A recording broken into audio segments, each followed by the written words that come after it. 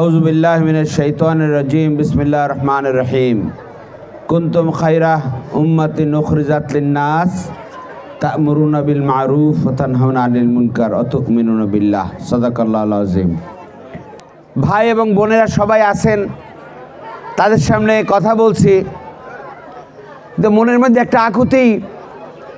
আমার ভাইরা এই এলাকায় বসবাস করছেন, ছোট্ট ঘর, রাস্তাঘাট ছোট ছোট, পয় প্রণালী, ড্রেনেজ নাই, ঘরের মধ্যে বিভিন্ন ধরনের আলো অন্ধকারের সমস্যা। আমি যদি আমার ভাইদের ঘরে ঘরে গিয়ে একটু পৌঁছতে পারতাম, তাদের মনের কথাটা শুনতে পারতাম, আল্লাহ যদি তৌফিক দিত, তাহলে সমস্ত সমস্যার সমাধানের চেষ্টা করতে পারতাম। মন দিয়ে সমস্ত কথা শোনার এটা ভাই কোনো নাটক নয়, এই কথাটা মনের কথা। আমি আপনাদের এই এলাকায় আজকে এসে বিভিন্ন সময় আসি। আমি 5 নম্বর ওয়ার্ডে যে শ্রমিক ভাইরা সেখানে বসবাস করেন পলাশপুর এলাকায়, আমি সেই সমস্ত ভাইদের এলাকায় ঘুরে দেখেছি। যতটুকু ঘুরেছি, এখানে আমার ভাইরা স্বাভাবিক নাগরিক সুযোগ সুবিধা থেকে তারা বঞ্চিত। আমি কয়েকদিন আগে স্টেডিয়াম বস্তিতে গিয়েছি। শাহাদাত ভাইয়ের নাম বলা হয় নাই, শাহাদ ভাই আছেন এখানে, দেলোয়ার ভাই আছেন। তো স্টেডিয়াম এলাকায় আমি গিয়েছি, সেখানে আমার ভাইদের দেখেছি যে ছোট ছোট রাস্তা, অনেক পয় প্রণালীর অসুবিধা। বরিশাল মেডিকেল কলেজে কয়েকদিন আগে গিয়েছিলাম। মেডিকেল কলেজে গিয়ে দেখলাম, মেডিকেল কলেজে তো বড় লোকরা কেউ চিকিৎসা নিতে যায় না, আজকাল অনেক ঠেকলে পরে তারা সেখানে যায়। আমি শিশু ওয়ার্ডটা গিয়েছি, একটা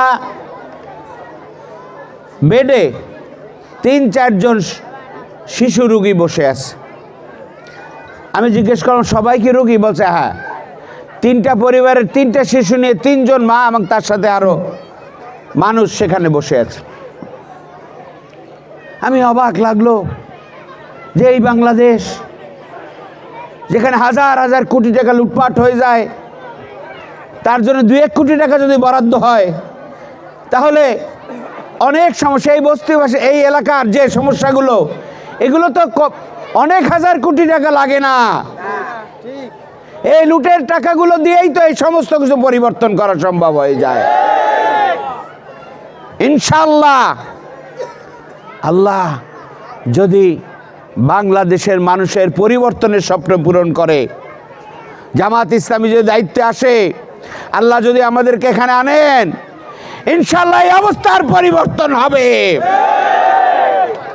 যে আমার এই সমস্ত এই স্বল্প আয়ের ভাই বোনদের এলাকায় মেধা আছে। বাংলাদেশের প্রত্যেকটা মানুষ মেধাবী, আর এই সমস্ত জায়গায় যারা যুদ্ধ করে বসবাস করে, সেই সমস্ত মা বাবার সন্তান, আগামী দিনের ভবিষ্যৎ, তাদেরকে আমরা গড়ে তুলতে পারতেছি না।